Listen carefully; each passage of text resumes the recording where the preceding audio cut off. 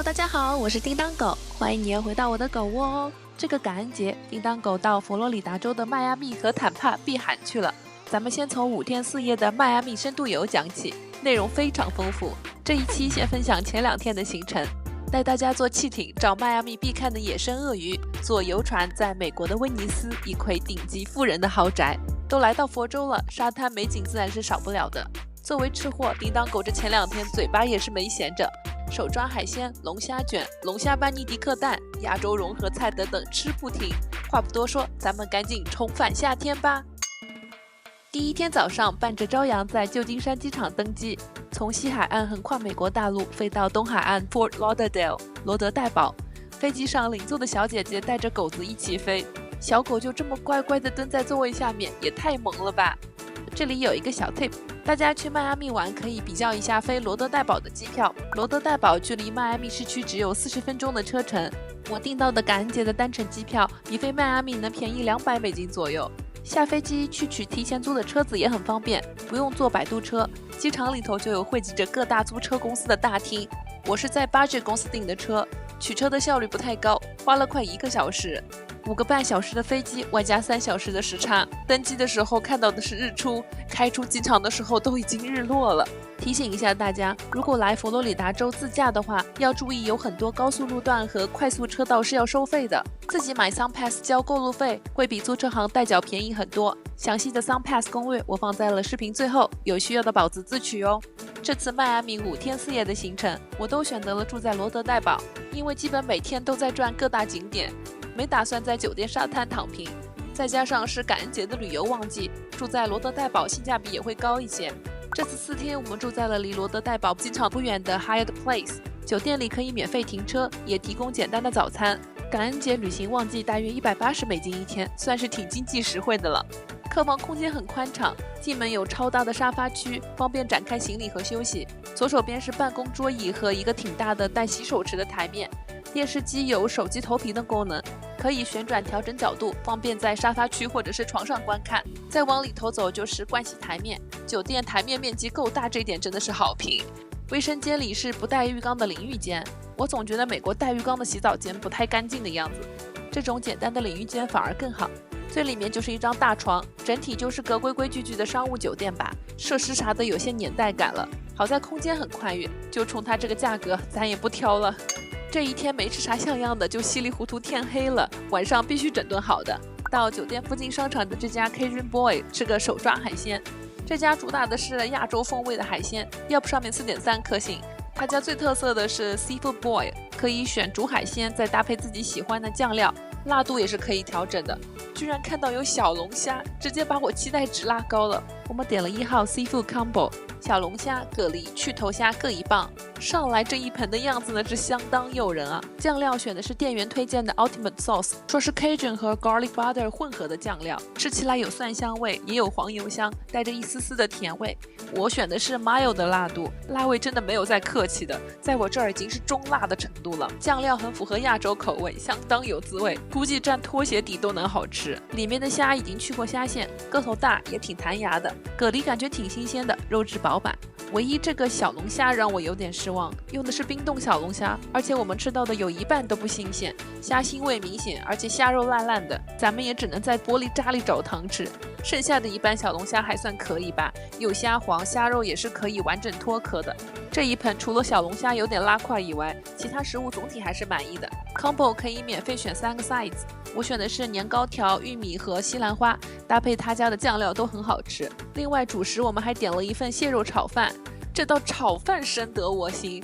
配料看着很简单，就是蟹肉、鸡蛋、米饭和葱花，入口感觉超有锅气，完全是中国风味，真是一口回国。米饭粒粒分明，还挺 Q 弹的，咸鲜的口味带着葱香，类似扬州炒饭，真的是爱了爱了。吃饱饱在商店里溜了溜，感恩节还没到呢，商店里已经完全是圣诞节气氛了。这短暂的1天就这样过去了，明天咱们行程满满，今晚就早点睡啦。第2天早上起来，带大家看看美国商务酒店的干巴早饭都吃点啥。美剧里面经常出现的早餐，牛奶泡谷物片，这一片全是冰的。不过你还别说，佛州的西柚又水又甜，是好吃的呢。这青苹果绿的跟装饰品似的。主食的话还有煮燕麦、马芬蛋糕，也可以自己烤贝果吐司夹花生酱、果酱啥的。美国人民都是铁胃吧，大早上的橙汁、苹果汁、柠檬水里都是大冰筷子，看着我都牙疼。好在还有热咖啡、热茶。热食的话主要有煎香肠、炒鸡蛋、法式吐司。法式吐司有时候会被换成华夫饼呀、松饼啥的。这个早餐选择不多，主打就是吃个粗饱。不过人家是免费的，咱还要啥自行车？混了顿早饭，咱们出门去看鳄鱼了。外面蓝天白云，艳阳高照，让人整个心情也明媚起来了。旧金山湾区11月底的时候降温，我都已经要开暖气了。来了这里气温27、8度，体感是很温和的夏天。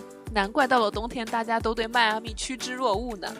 在 Everglades 沼泽地坐汽船看鳄鱼，应该是迈阿密旅行的经典项目了吧？靠近迈阿密市区的大沼泽国家公园有这样的 tour， 罗德代堡附近也能看得到。我在 TripAdvisor 上预定了距离酒店20分钟车程的 Everglades Holiday Park Elbow Tour，46美金一个人，包含60分钟的汽船看鳄鱼和一场鳄鱼表演。这家汽船 tour 不需要定具体的时间，早上9点到下午4点之间，每20分钟都有汽船发船。不过我们比较惨的是，早上10点钟到的时候，被告知前面有2个大巴的旅游团，乌泱乌泱的都是人，硬生生等了1个多小时才登船。等我们 tour 结束了，12点多的时候，场地里基本都没有人了。大家要是来的话，要么一早9点，要么干脆中午再来吧。好在等候区风景还不错，还看到了3只孔雀，很愿意亲近人，看样子就是被人投喂惯了。阳光里面孔雀的羽毛特别炫彩，尤其是它头顶上的3撮毛，真的好可爱。孔雀只要看到有人靠在栏杆上，就会在下面眼巴巴地等着你投喂它。好容易等到我们登船了，上汽船之前有摄影师给每一组游客拍照，当时我还心想，这是哪个景区都有卖照片的套路呢？没想到tour结束之后，居然在小卖部免费领到了我们自己的照片，这简直就是业界良心啊！看鳄鱼坐的汽船造型挺奇特的，开起来动静也不小。船长兼导游坐在船舱外的高处，方便他们从高处搜索鳄鱼的身影。安排座位的时候，一排就坐2组游客，这种安排很棒，每组游客都能在船舷边上无遮挡的直击鳄鱼。离岸以后前10几分钟先来个水中驰骋，往鳄鱼比较多的沼泽深处开。沼泽地的淡水河居然这么宽阔和清澈，完全颠覆了我对沼泽的想象。河道两边能看到很多睡莲和一丛丛的锯齿草，这些植物对净化水体和固碳起到了非常大的作用。不知道大家是不是跟我一样，背英语单词的时候，鳄鱼这个词先学的是 crocodile， 我是大学了才知道 alligator 也是鳄鱼的意思。都是鳄鱼，那么它们俩到底有什么区别呢？这趟来迈阿密又达成了边学边玩的成就了。Alligator 更准确的翻译是短吻鳄，鼻子比较宽，呈 U 型，这种形状适合施加强大的咬合力，用来咬碎海龟等等这种坚硬的猎物。而 Crocodile 鼻子尖，呈 V 型，有利于它们捕捉水中快速移动的猎物。除了鼻子形状的不同 ，Alligator 的上颚更宽，嘴巴闭合起来的时候，牙齿大多都藏起来了。而 Crocodile 上下颚大小基本相同，闭起嘴巴的时候牙还呲在外面，更吓人。相由心生这一点在鳄鱼界也是通用的。Crocodile 就是比 Alligator 更具有攻击性，也更危险。除此之外，这2种鳄鱼生活的水域也不太一样。Alligator 一般栖息在淡水里，主要分布在佛州等等美国东南部以及中国。我们熟知的扬子鳄就是一种 Alligator， 而 Crocodile 比较强悍，淡水、咸水它都能适应，在全世界的分布也更广。据导游说 ，Everglades 这片淡水沼泽地是有 Alligator 和 Crocodile 共生的，只不过 Crocodile 非常少见而已。整个汽船tour，导游不单单会带着看鳄鱼，也会介绍沿途看到的鸟类和植物。这种北美颜色最鲜艳的鸟类之一叫紫水鸡，蓝紫色的羽毛，红黄拼接的喙，长腿长脚趾，让它们能够轻盈地跨过睡莲和其他的漂浮植物。后来还遇到一只蓝鹭站在草丛里。当然了，咱们这一趟主要目的还是看鳄鱼，船长也没让我们失望，在河里近距离看到了2条。但凡有什么看点，船长都会调转船头，保证左右两边船舷的游客都有机会近距离观察，这一点还挺贴心的。It's a female. You can see how beautiful she looks. 我们这船长还有点幽默细菌在身上的。Now the best way to tell the females apart from the males, as we go by her, and you look really close at her face, you're gonna notice that she's got green eyeshadow, red lipstick on. 离开沼泽之前，最后又远远看到了草丛里晒太阳的鳄鱼，这一趟汽船绝对是值回票价了。下船接着看鳄鱼表演，没入场之前，我脑子里一直猜想可能是像海豚秀之类的，主要看海豚表演。没想到走进去一看，几十只鳄鱼懒洋洋地躺在那儿，20分钟的表演都是工作人员卖力的跑前跑后。这里的鳄鱼表演其实更像是科普秀，小哥的解说和肢体语言倒是很有意思。大家会不会跟我一样很好奇，这些表演的鳄鱼都是从哪儿来的？他们跟小哥在同一个空间里，为什么不攻击他呢？这些小哥都有解释。Well, we do have all of these alligators in here for a reason. We're actually an alligator rescue. These are all considered to be wild-caught, rescued nuisance alligators. Now, a nuisance gator is one that shows up in a backyard. The state of Florida sends out an alligator trapper to capture and kill the alligator instead of killing them for a profit. And we've rescued about 500 over the past several years. Now, whenever we do get one from someone's backyard, they'll stay here for a little bit, right? We'll see if that individual alligator has the right personality to be able to do shows. If they do not, we will send them straight to another alligator sanctuary that we work with. But if they do, we'll keep him, train him, then retire an old one to the same sanctuary. And now for the biggest question we get asked all day. Why aren't they all attacking me? Why aren't they more aggressive? How am I still alive? When an alligator first comes in from the wild, they don't act like this. He is going to try to kill me with everything that he has because he thinks I'm trying to kill him. They're going to defend themselves out of fear. Once they realize I'm not going to hurt them, they're honestly a lot more calm, relaxed. He's really tolerating a lot of this because he knows I'm no threat. But he also knows I'm the guy that does the show. Every day that I work, I do about 10 to 15 shows that day. That's you able to see me walking around, kind of just like, bro, don't pick me, don't pick me. Does that make them tame or trustworthy? No. These things only respect me so much if they have a reason to. I have to prove to them I am food that is hard to get. Every single one of them has tried to kill and eat me a bunch of times, and I have to stop that every single time. But notice, they're really lazy. So after the first 10 attempts, they're kind of just like, all right, whatever, it's not worth the trouble. But if I make it easy, if I were to trip and fall, my hand slips, if they think they can creep up on me, they will go for it.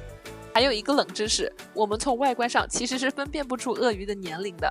It's so big though, people do ask us, how old is he or how old is that one, that one, or that one? And the truth is, we have no idea. But like I said, there really isn't a way to tell their age. Their size is dependent upon diet and environmental factors, not on how old they are. So literally, any one of these alligators could be 20 or 75, we'd have no clue. And some records in captivity do claim to have alligators over 100 years old, so they're very long-lived. 鳄鱼表演结束走出来，看到这里展出了一只白化鳄鱼，据说是极其罕见，全世界估计只有100到200条吧。早上整个 tour 的体验，除了我们到的时间不太对，等的有点长以外，整体是很满意的。大家要是到迈阿密玩的话 ，Everglades Holiday Park 的这个 tour 挺值得来一看的。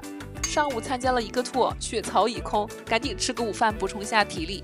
迈阿密有很多吃龙虾的地方，尤其是 Lobster Roll 很有名。我们午餐去的是罗德代堡好评度超高的 Kelly's Landing New England Seafood， 谷歌4.5颗星。进门室内的空间有种酒吧的气氛。当天外面天气很好，我们就选择坐在室外的吧台位上，人比较少，挺 chill 的。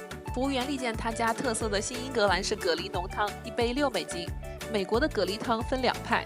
一种是曼哈顿风味的，用番茄做汤底，而新英格兰风的是用鲜奶油做汤底。在西海岸旧金山经常喝到的也是这种奶油浓汤。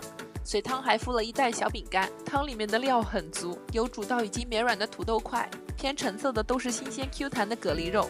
小小一杯汤，蛤蜊肉倒是真舍得放，比我之前喝过的很多蛤蜊浓汤都有料。汤喝起来有浓浓的奶味，空口喝的话对我来说稍微偏咸了一点。小饼干泡在里面，吃起来就刚好。好想在这个汤里面泡根油条，一定超级好吃。有没有宝子懂我？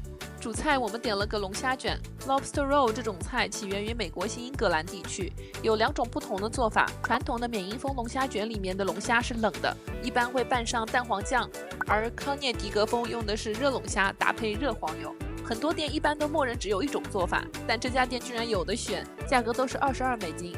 我挑了康涅狄格风，这摆盘虽然看起来朴素，但龙虾卷里的肉是真的多，而且基本给的都是前肉。粗略数了一下， 7个钳子都不止，满满当当的龙虾肉拿起来，吐司都快拖不住了。这块吐司是用黄油煎过的，奶香味十足，龙虾肉超级有弹性。看这个钳子，咚咚咚的。虾肉只是用盐和黑胡椒简单的调味，是很单纯的新鲜龙虾的鲜甜味。从钳肉的大小可以看出，用的龙虾个头并不大，肉质完全不会柴。旁边搭配的 coleslaw 蛋黄酱凉拌卷心菜，微酸偏甜，跟咸味的龙虾卷直接构成甜咸永动机。我们去的这天是周日，赶上他家周末下午2点前才能点的人气龙虾班尼迪克蛋，20美金，这么大一份，龙虾肉给的也是很大方，这个性价比可以的。吃班尼迪克蛋，照例必须来一个蛋黄的黄金瀑布，底下孔隙丰富的 English muffin 吸满了蛋黄和我喜欢的荷兰酱，再搭配嫩弹鲜甜的龙虾肉，谁吃谁幸福。配菜炸土豆外脆里糯也很不错，这一餐龙虾真的吃得相当满足。罗德代堡临海的区域水道纵横，拥有美国威尼斯的美称。来这里旅游有个保留项目，就是坐船畅游水上，看豪宅，听八卦，到出海口看大游轮。我提前订了游船 Caribbean Cruises， 从市中心的 New River 出发，一天有3班，来回1个半小时，价格32美金一个人。我们坐的是下午3点这一班。游船上下2层，一层有空调，还有卖零食、饮料、酒水的吧台，价格看了一下也没有很离谱。感恩节这几天正赶上室外温度挺适宜的，基本所有游客都是直接上2层开放甲板待着。游船没有固定的座位，可以在船上随意的走动。下午3点，佛州阳光晒在身上暖洋洋的，是刚刚好的温度。游船开起来以后，船长兼导游就开始介绍河两岸的豪宅，每一栋从价格、房型到历任房主转手情况，全都如数家珍。这些动辄500万到上千万美刀的水上豪宅，看着是真的养眼。要知道美国的房子每年都是要根据房价和地价收房产税的，咱们眼前的每一栋房产税划到每一天都至少要1000美金。而且船长告诉我们，像这样的空地在转手之前，上面原本都是有建的超精美的豪宅的，但新主人才不在乎呢，他们豪掷几百几千万美金，为的就只是得到临水的这一块地皮。入手以后，原来的豪宅不管3七2十一，一律推平，这样才能重新建起他们的梦中情房。顶级富豪的世界真的太颠了。大家耳熟能详的平价美国连锁快餐店，像是 Taco Bell、Burger King、Wendy's， 他们的创始人在这一片水上街区可都是置了业的，里外里咱们每一个人都为他们豪宅添砖加瓦出过力呀。这一片沙洲停着好多游艇，听船长说，我们去的这天，因为前2天降温，看到的游艇算是非常少的了。这一片是罗德代堡知名的游艇聚集玩乐区，名叫 Triangle， 水深在 0.6 到 1.2 米之间。沙洲上还有专门卖饮料美食的水上店铺，扬声器公放音乐，俊男美女跳水、游泳、嬉戏玩水，总之这里能满足你对美国游艇派对的一切想象。船开到出海口的时候，正好遇到公主号邮轮起航，这个角度看，感觉邮轮要冲到陆地上了。视频里可能感觉不出来，肉眼看这个邮轮真是庞然大物。我们的船开在它附近，甚至能感受到它巨大船体带来的压迫感。在港口这里，我们游船的速度明显提升了，边上的游艇也都开始撒欢造浪，尾波把我们不算小的游船都抛出失重感了。游船返程的时候，太阳已经开始西斜，时间刚刚好。想说来到海边城市，不得去沙滩上看一场盛大的日落。从罗德代堡 downtown 出发，距离比较近的海滩是 Las Olas Beach。Las Olas 是西班牙语波浪的意思。海滩边就有一长条超大的停车场，停车挺方便的。5点20分，我们踏上沙滩，距离日落还有10分钟。Las Olas 沙滩很干净，没有任何煞风景的水草。余晖下的海天全都披上一层温柔的颜色，远处海平面上方的天空铺着淡淡的粉色，每一朵云背面都透着橘粉色的柔光。但是海面上并没有看到太阳本人啊！整半天叮当狗吃了地理不好的亏。迈阿密沿海的沙滩全都是面向东边的，最适合的是看日出。日落的时候，太阳早就躲到背海的那一面去了。没事没事，还好落日时分的海景也超美的，而且沙滩上人很少，能体验一把独享海滩的快乐。早中2餐吃的都是白人饭，晚上该安排一顿亚洲风味调剂一下了。去饭店的路上，等红灯的时候看到旁边的海滩穿梭小车，真是好拉风，大声公放音乐，还能唱 K， 要不说还是城里人会玩呢。晚上吃的这家苦爆是亚洲融合菜，我看到谷歌上是4.6分的高分，就决定过来试试。餐厅的面积相当大，右手边是喝酒的吧台区，左手边是用餐区。店里的装饰有很多日漫元素，墙上还看到了鬼面、龙珠、火影忍者的大幅海报。他家的菜单大概4张 A4 纸拼起来那么大吧，正反两面满满当当全是各种亚洲菜，日本的、中国的、泰国的、越南的，五花八门，根本看不过来。叮当狗又很贪心，想啥都尝尝，菜单真的研究了15分钟，才忍痛决定先点3样试试水。点了一个泰式街头猪五花烤串，上来一共5个小串，甜酱油口味，有点类似照烧酱，五花肉肥瘦相间。我喜欢时不时能嚼到肥油的口感，就是咸味偏浓了一点，更适合下酒。下一个小吃是软壳蟹包，每个包里面都是一整只炸软壳蟹，搭配了牛油果、生菜、葱。听我咬下去的声音，这软壳蟹炸得极其脆，没有任何腥味，很不错。软壳蟹上淋了甜口的鳗鱼蒲烧酱，整个包表面还有辣蛋黄酱，混合在一起像极了甜口的肯德基劲脆鸡腿堡，一个字香。下一道辣味金枪鱼 Poke Bowl， 这一碗端上来看着非常丰富而且很健康。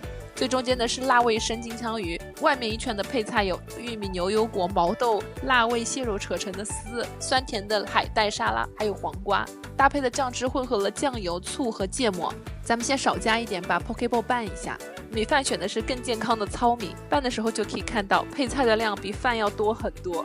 所有食材拌在一起，吃起来是甜酱油味，带着麻油香，还有金枪鱼带来的微辣。这一碗蔬菜满满，还很美味，比点个沙拉可是强太多了。3道菜吃下来都是出品精致，味道也在线，所以我们放下心来点了一道大菜，30多美金的 A5 和牛盖饭。饭上来我看到只有薄薄几片和牛，顿时感觉有一丢丢失望。不过和牛本人是很优秀的，即使是煎熟的肉，也能看到很漂亮的雪花油脂，放进嘴里就是和牛特有的入口即化感。底下的醋饭已经调过味，盖上和牛，再加上鲑鱼子，这一口的含金量，懂的都懂。和牛盖饭味道虽然好，但是牛肉的量实在是太少了，性价比感觉低了一些，不如换成2个其他的小吃。总体上这家店的菜品花样多，品质也可以，是个安抚亚洲味的不错选择。这一天罗德代堡的行程走下来，属实是玩爽吃嗨。下一集咱们就要去迈阿密的市区逛逛剧出边的 Vizcaya 博物馆，在小哈瓦那吃古巴美食，再去迈阿密沙滩上躺一躺。有兴趣的宝子记得关注订阅，不要错过精彩内容喽。那么我们下期再见。Hello， 大家好，我是叮当狗。今天咱们讲讲佛罗里达州租车自驾的高速费省钱攻略。佛州高速有很多收费路段以及必拥堵的收费快速车道，费用本身的话往往只有几毛或者1块多美金，但每次产生高速费，租车公司都要收代缴的手续费。2024年感恩节我用的 budget 租车行每笔是8美金，几天下来很有可能高速费本身只有几美金，但手续费就要上100美金了，就很坑爹啊。为了避开这个手续费的坑，可以选择租车公司的高速费全包套餐，价格的话每个机场和车行都不太一样。我在罗德代堡的 budget 这里一天是12美金畅开，不过大部分人一天也就几美金的过路费，全包套餐还是不合算。最省钱的方式就是买 SunPass 自己付高速费，不仅能免去租车公司的手续费，高速费本身还有20%的折扣。具体怎么操作呢？大家取上车以后可以到下面这些店买 SunPass Transponder， 一般在靠近结账柜台的附近。SunPass 分成 Mini 和 Pro 的2种， Mini 是一张贴纸，只能绑定1个车牌， Pro 的话可以更换车牌，价格差的还挺多。租车自驾的话，一般 Mini 就够用了。贴纸需要在 SunPass 的官网或者 App 上激活，直接点 Activate a Transponder。第一次用的话，会引导你先开一个 SunPass 账号，然后再绑定 SunPass 贴纸上的号码和车牌。绑定车牌的时候可以设置有效期，这样还车以后就算忘记把贴纸撕掉，也不怕别人蹭着用了。SunPass 贴纸上的数字是13位的，但绑定以后呢，账号里会只显示12位，大家不要慌，这是正常现象。确保绑定的时候输入的是13位就没有问题。SunPass 账号需要预充值，最低是10美金，之后再充值的话，每次最少5美金。账号扣费不是实时的，我的使用经验是有些费用会到第2天才扣款。官方的说法是账号金额低于0美金的时候就没办法使用了。最好的肯定是每次开上高速前都确认一下自己账号的余额情况。不过如果一不小心忘记及时充值了，大家也不要惊慌。根据我的实际体验，在账号没钱的情况下还继续成功扣费了2次，成为负数。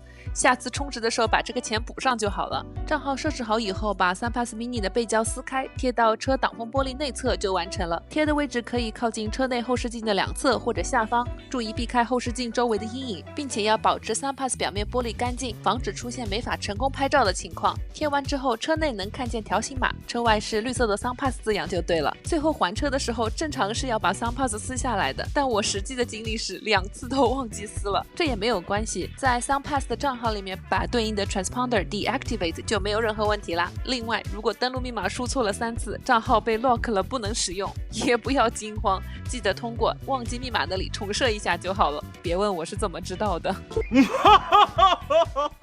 我是叮当狗，喜欢我的视频记得关注订阅哦。